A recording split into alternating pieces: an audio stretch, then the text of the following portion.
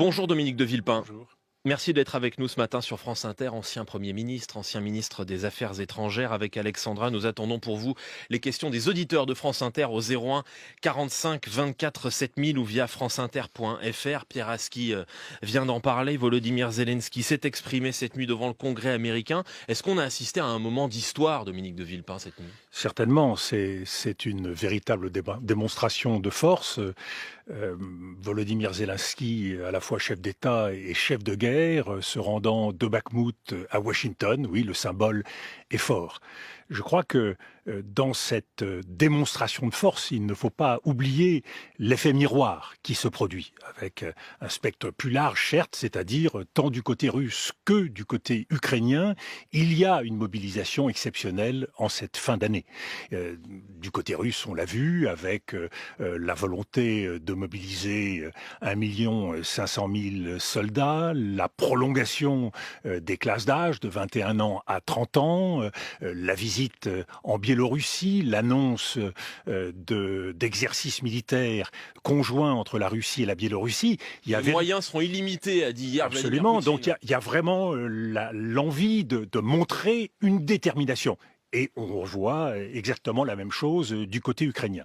Cet effet miroir ne doit pas nous faire oublier, parce qu'il faut mettre les choses en perspective, un effet de seuil. Nous avons franchi hier, à Washington, nous avons franchi un seuil important qui place aujourd'hui un peu plus l'Ukraine en initiative. Face au déluge de bombes qui tombent sur les villes ukrainiennes, l'Ukraine, avec ces nouveaux armements qui ne cessent de se multiplier. Faites référence aux missiles patriotes que les Américains je s'engagent à pense livrer. que les missiles patriotes, ces batteries de systèmes anti-aériens, sont un élément très fort aujourd'hui pour permettre à l'Ukraine de faire face à ces attaques contre les villes, pour protéger, créer une sorte de dôme de fer autour de l'Ukraine.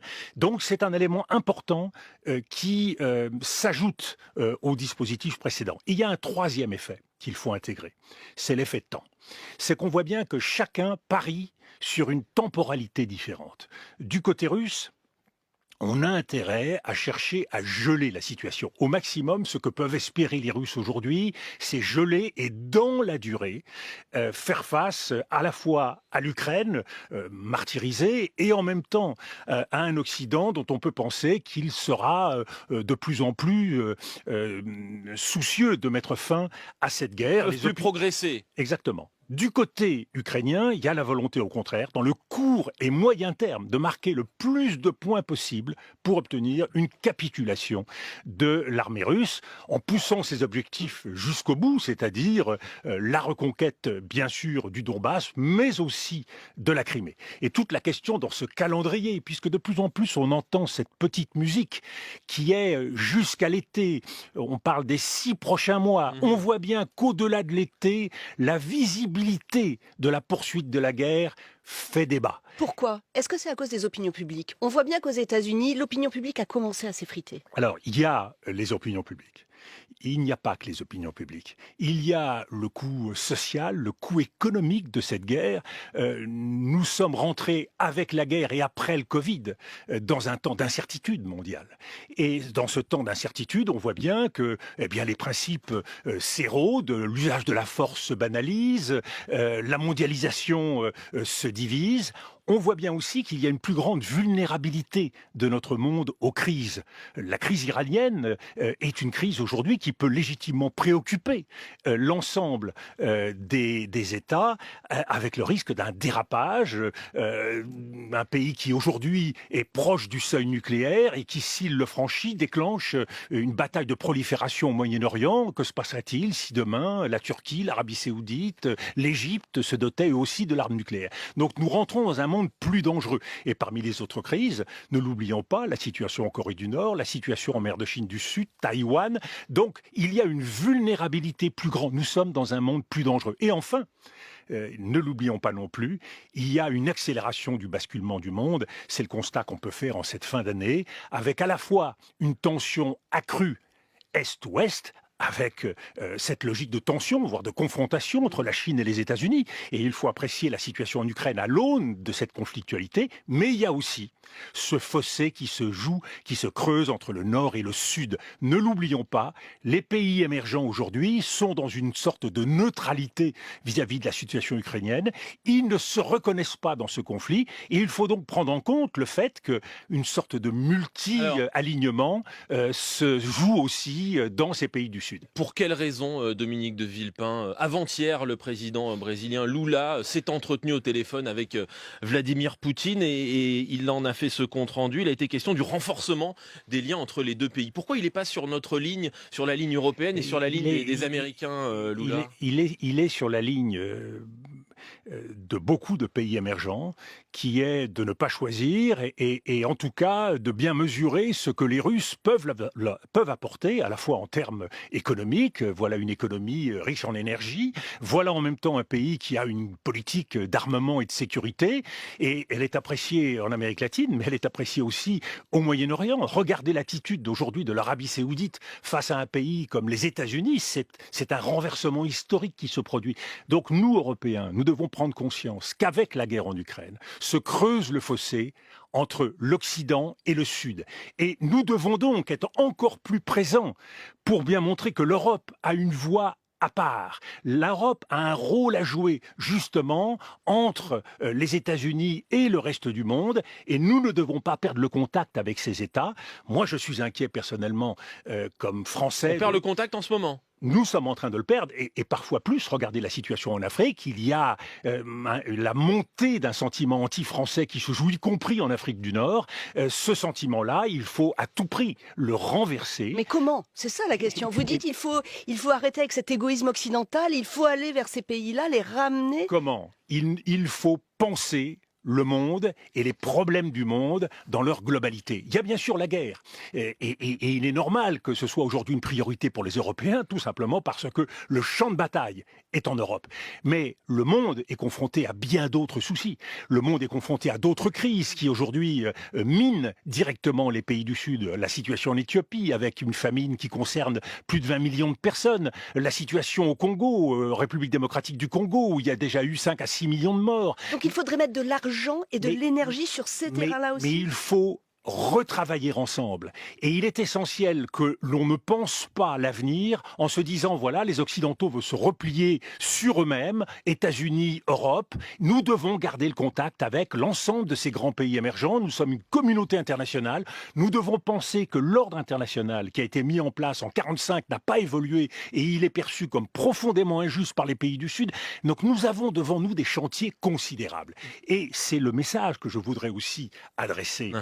Parce que c'est un message de foi dans la capacité de la diplomatie française et européenne. Nous devons être plus conscients de la capacité de la diplomatie à changer les choses. Et c'est pour cela que le président de la République s'est beaucoup investi sur ces chantiers internationaux. Il ne peut pas le faire seul. Une bonne diplomatie, c'est une diplomatie collective. Il est trop solitaire, Emmanuel Macron? Le président définit les grandes lignes, mais c'est le Quai d'Orsay qui doit être en pointe. Ce sont les diplomates qui ouvrent la voie. Vous voyez, le président de la République a mis en avant... Mais quel est le problème? Il prend trop d'espace, il prend trop de prérogatives. Solitude. Le problème, c'est de vouloir faire les choses tout seul, en permanence. Quand le président met en avant la nécessité, le moment venu, et il a raison de dire le moment venu, de penser des garanties pour... Garantie de sécurité pour la Russie. Oui. Je cite juste Emmanuel Macron cette nuit de retour de Jordanie, citation que vous trouvez dans le journal Le Monde, je le cite, « Que tous les Européens et les Occidentaux qui me donnent des leçons de morale m'expliquent avec qui ils se mettront autour de la table à la fin. Moi, je n'ai pas envie que ce soit les Chinois et les Turcs seuls qui négocient le jour d'après. » Fin de citation. Il a raison. Mais il faut remettre cela dans un contexte global. Il y a d'abord un choix qui doit être fait par la France, qui est un choix de clarté. Nous ne pouvons pas mettre au même niveau l'agresseur et l'agressé. Et parfois, dans ses déclarations, le président de la République a donné l'impression de ne pas choisir entre les uns et les autres. Le deuxième élément qui est essentiel, c'est qu'il faut choisir son moment. Il y a un moment où la négociation sera ouverte, il faut la préparer, c'est le rôle du Quai d'Orsay. Le président de la République n'a pas à occuper l'espace diplomatique seul, c'est le rôle du Quai d'Orsay. Les diplomates doivent être mobilisés pour aujourd'hui être, j'allais dire, à l'attaque au contact des grands pays qui peuvent faire bouger les choses. Je pense à la Chine, je pense à l'Inde, profondément agacée aujourd'hui par la politique russe. C'est un travail de missi dominici que j'ai fait moi quand j'étais à l'époque ministre des Affaires étrangères. Notre diplomatie doit être davantage mobilisée Donc pour faire... il faut que Catherine Colonna aille plus au Brésil, oui, aille plus il en faut Inde, que le président de la le ministre des République Affaires étrangères. définisse en liaison avec ses partenaires européens, par exemple une troïka européenne qui pourrait faire le tour de ces grands pays émergents pour faire bouger les lignes. Alors le président de la République, le moment venu, pourra s'investir. Mais il y a cette dialectique qui est essentielle entre un Quai d'Orsay qui doit ouvrir des pistes, ouvrir la voie en liaison avec des missionnaires envoyés dans le monde à la fois français et européens. Et il y a parallèlement le président de la République qui doit rester le phare et bien faire la part entre ces différentes choses. Donc il y a un choix de clarté, ne pas confondre agresseur et agressé. Il y a un choix de moment, il y a le temps de la guerre et le temps de la négociation, et on voit bien que le calendrier, le facteur temps est essentiel, et il y a un choix de niveau. Le président de la République doit articuler son action et sa parole diplomatique avec tous les leviers qui sont les siens, dont bien sûr le Quai d'Orsay, le ministère de la Défense et d'autres. Vous parlez, Dominique de Villepin, du rôle de la Chine. Aujourd'hui, où en est la Chine dans son regard sur ce conflit en Ukraine? C'est un conflit qui est extrêmement lointain pour tous ces pays, qui ne fait pas partie des priorités. Alors la relation avec la Russie est importante, et je pense que dans le choix qu'a fait la Russie de s'engager en Ukraine, il y avait cette idée de pouvoir montrer à la Chine que la Russie était un partenaire d'exception, qui était capable, sur le plan de la sécurité, de tenir tête à l'Occident, de marquer des points contre l'Occident. On a dit créer un axe, absolument, Moscou-Pékin. de créer un axe. Mais évidemment, la Chine voit aussi les conséquences de cette guerre, notamment sur le plan économique, avec une mondialisation qui est aujourd'hui en difficulté. La Chine parie sur la mondialisation. C'est le pays qui aujourd'hui a le plus besoin de maintenir cette mondialisation comme ouverte. La Chine a besoin encore pendant 15 ans, 20 ans de développement économique parce qu'il y a un pacte de confiance entre les dirigeants chinois et le peuple chinois qui doit conduire à faire sortir de la pauvreté un certain nombre de classes moyennes. Avec le Covid, eh bien, il y a une situation économique qui est inquiétante pour les dirigeants chinois avec une croissance qui est divisée par deux. Aujourd'hui, on est à moins de 3%, avec une situation épidémiologique qui est inquiétante, là encore, puisque 40% seulement des plus de 80 ans sont vaccinés, ont reçu 3 doses. Donc il y a le risque d'avoir des centaines de milliers de morts, voire plus d'1 million de morts dans les prochains mois. Donc la Chine a besoin de stabilité, elle a besoin de perspectives pour produire son effort technologique et son effort économique. Et l'Europe a un rôle à jouer dans le maintien du dialogue au moment où les États-Unis, eux, après avoir renoncé à cette grande alliance des pays libres face à la Chine, essaye de développer l'idée d'une convergence des alliances avec l'OTAN, plus une alliance de pays dans le Pacifique qui pourrait, en quelque sorte, pratiquer une politique d'endiguement vis-à-vis de la Chine. L'Europe, et de ce point de vue-là, je salue l'action continue d'Emmanuel Macron, l'Europe doit poursuivre son ambition d'autonomie stratégique et de souveraineté à un moment où cette Europe est en train de changer et de s'effacer parce qu'elle est divisée. Le couple franco-allemand ne marche pas, la puissance européenne se déplace vers les pays de l'Est, vers les pays baltes et vers le Nord. Nous avons besoin de redonner de l'unité et de l'ambition à cette Europe. Aujourd'hui, on entend qu'elle n'est plus naïve, c'est ce qu'elle dit. Elle est plus naïve, mais elle est bien obligée de constater que Volodymyr Zelensky va à Washington, il ne va pas à Bruxelles, ni à Paris, ni à Berlin. Donc il y a une réalité géopolitique. Nous devons nous battre pour non seulement tenir notre rang, mais défendre les intérêts de nos citoyens. Question au standard de France Inter 01 45 24 7000 de Steve précisément sur ce thème. Bonjour Steve. Oui, bonjour, merci beaucoup de prendre la question et merci à France Inter pour ces invités de qualité, même en pleine trêve des confiseurs. Je voulais poser la question à Monsieur de Villepin. Justement, est-ce que vous pensez, mais vous avez un peu répondu dans la phrase précédente, est-ce que vous pensez que la visite de Monsieur Zelensky à Washington plutôt qu'en Europe, ça traduit pas l'incapacité de l'Union européenne à structurer une défense commune depuis maintenant 80 ans et la libération? Et si oui, pourquoi est-ce qu'on a échoué? Merci beaucoup. Alors nous rencontrons, vous avez tout à fait raison, d'énormes difficultés dans la construction de cette défense et nous avons fait, en dépit de ce que nous disons souvent, assez peu de progrès, en tout cas pas assez de progrès par rapport aux besoins. Même si, il faut le dire... Depuis le début de la crise, on a salué la réponse européenne de Bien sûr, et de ce point de vue-là, notamment rappelons les chiffres. l'aide militaire. L'Europe a apporté 52 milliards d'aides à l'Ukraine, quand les États-Unis en apportaient 50 milliards. C'est vrai qu'ils annoncent un nouveau paquet de 45 milliards, et nous savons qu'à l'heure de la reconstruction, ce sont les Européens qui seront sollicités. Donc, l'Europe ne joue pas dans la catégorie des moyens dont elle dispose et dont elle joue. L'Europe doit davantage faire de politique. On avait parié sur l'idée d'une commission géopolitique. Force est de constater qu'elle n'est pas malheureusement assez au rendez-vous. Dominique de Villepin, une question de Benjamin sur franceinter.fr. Il y a encore quelques mois, il était hors de question que les USA mettent à disposition leur système de défense antiaérienne Patriot. Benjamin vous demande, l'Ukraine se rapproche-t-elle de la victoire ou est-ce qu'on se rapproche de la Troisième Guerre mondiale ? Le risque d'escalade. Et c'est tout le problème Vous avez parlé de seuil. Oui, c'est tout le problème de la période dans laquelle nous sommes. Il y a effectivement une montée des seuils du côté occidental avec l'envoi de matériel de plus en plus technique, de plus en plus sophistiqué. Nous respectons néanmoins notre volonté de ne pas nous engager sur le terrain et d'éviter toute extension de la guerre, même si du côté ukrainien, on a vu qu'il y avait des frappes sur le territoire russe. Donc il faut être extrêmement vigilant pour ne pas donner d'arguments à Vladimir Poutine, mais nous devons effectivement faire en sorte que l'Ukraine puisse disposer des moyens de résister et d'arriver le plus rapidement possible à la fin de cette guerre. Question de Michel, la seule véritable solution à la guerre en Ukraine n'est-elle pas que l'Ukraine puisse rentrer dans l'OTAN ? Et n'est-ce pas, sans le dire, ce qui est un peu en train de se faire, Dominique de Villepin, en ce moment, avec les armements et l'argent qui arrivent en Ukraine, et la visite de Volodymyr Zelensky la nuit dernière le prouve encore ? Il y a deux visions qui s'opposent, on le voit bien. Il y a Volodymyr Zelensky qui effectivement considère que la véritable garantie de sa sécurité, c'est l'entrée dans l'OTAN. Il y a les États-Unis qui, pour le moment, mesurent bien que cela diviserait les Européens. On a entendu hier Emmanuel Macron dire que ce ne serait sans doute pas une bonne idée, puisque cela donnerait de nouveaux arguments à la Russie pour se mobiliser. Je pense que le choix qui a été fait d'être extrêmement mesuré et prudent sur cette question est le bon choix. Nous nous sommes engagés pour accueillir au sein de l'Union européenne l'Ukraine.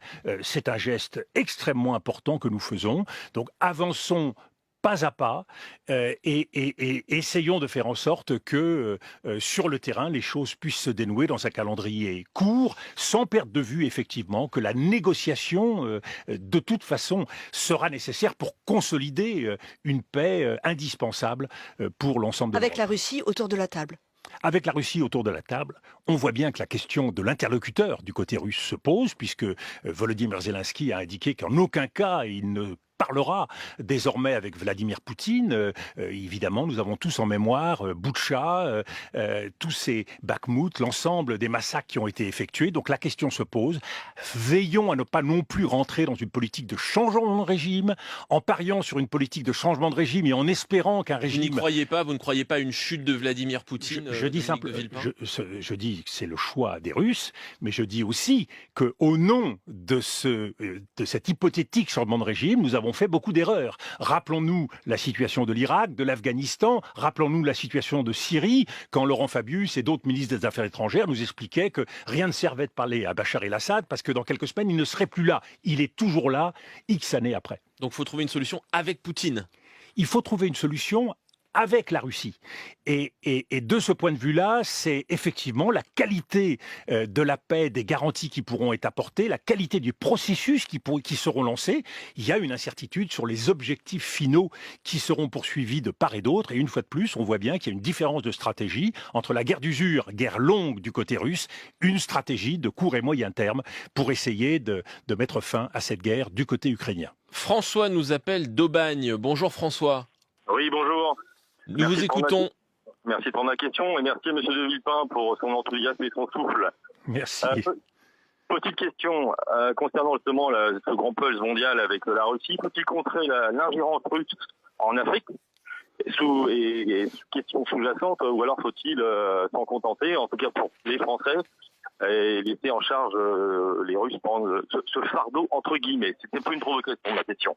C'est effectivement une question essentielle. Dans la stratégie russe, au début de la guerre, il y avait à la fois l'envie de consolider le monde russe avec l'Ukraine, la Biélorussie et la Russie. Il y avait un deuxième souhait et volonté qui est d'accroître la présence et l'influence de la Russie dans le monde émergent. On a vu la stratégie de la Russie en Centrafrique, au Mali. Aujourd'hui, on le voit au Burkina Faso et dans d'autres États, avec un coût minime puisqu'il s'agit d'apporter des forces de sécurité comme la force Wagner et en retour d'avoir d'immenses avantages économiques.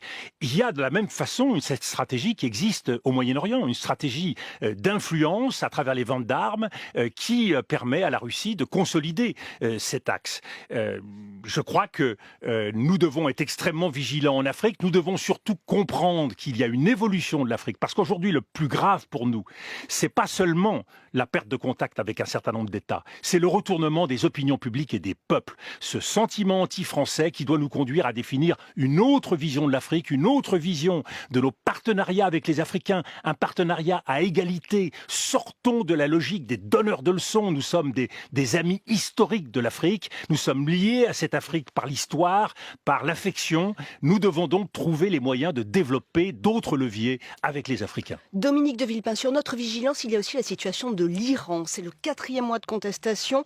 Plus de 500 morts dans la répression des manifestations, au moins 14 000 personnes arrêtées. On a eu 2 exécutions, 2 condamnations à mort et il y en a encore une dizaine qui attendent leur sort.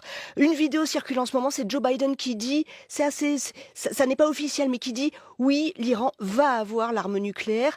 Nous ne sommes pas assez inquiets, c'est une situation dangereuse.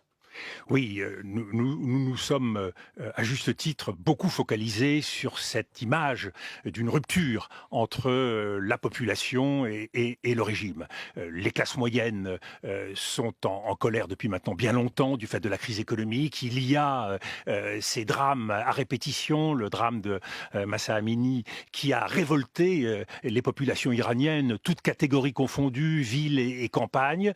Le régime essaye de transformer la crise en une crise identitaire et une crise ethnique en se mobilisant contre le pays kurde, contre le Baloutchistan.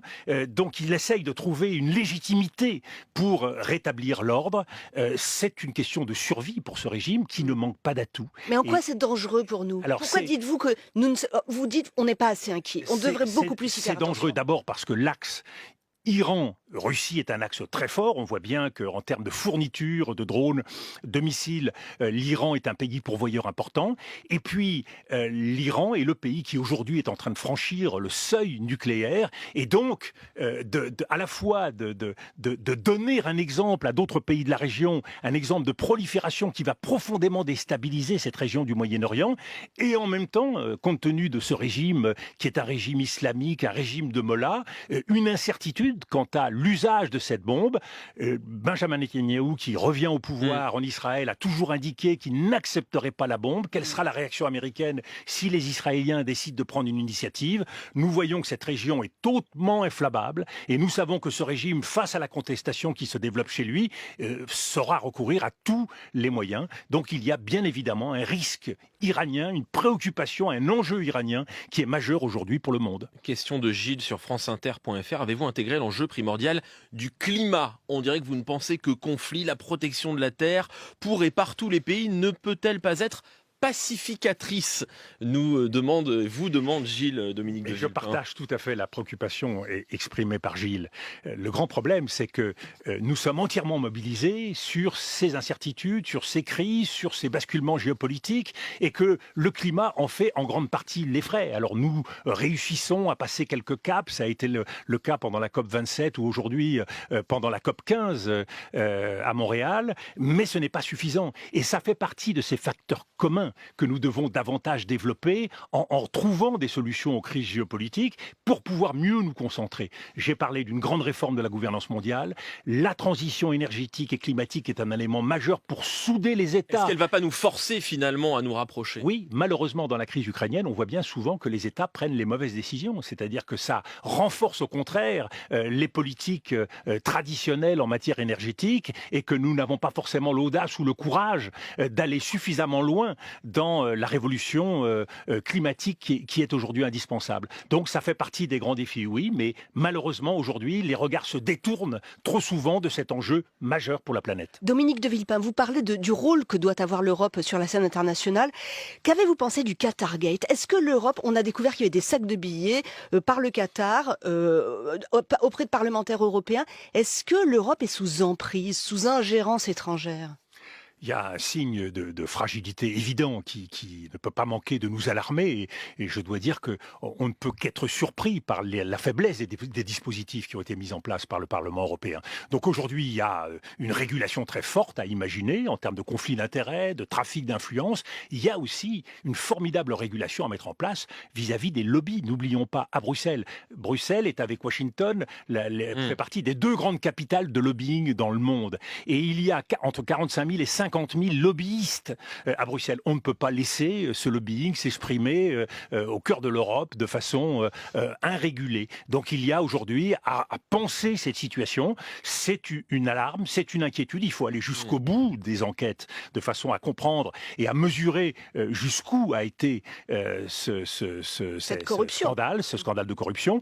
Et il faut aussi être capable de trouver les antidotes de façon à ce que les votes, la démocratie européenne ne soit pas prise en otage à un moment où effectivement la question de l'indépendance et de l'alignement trop souvent de l'Europe vis-à-vis des États-Unis se pose. Merci à vous Dominique de Villepin d'avoir Merci à accepté vous. l'invitation de France Inter ce matin et d'avoir répondu à nos auditeurs. Excellente journée à vous. Merci.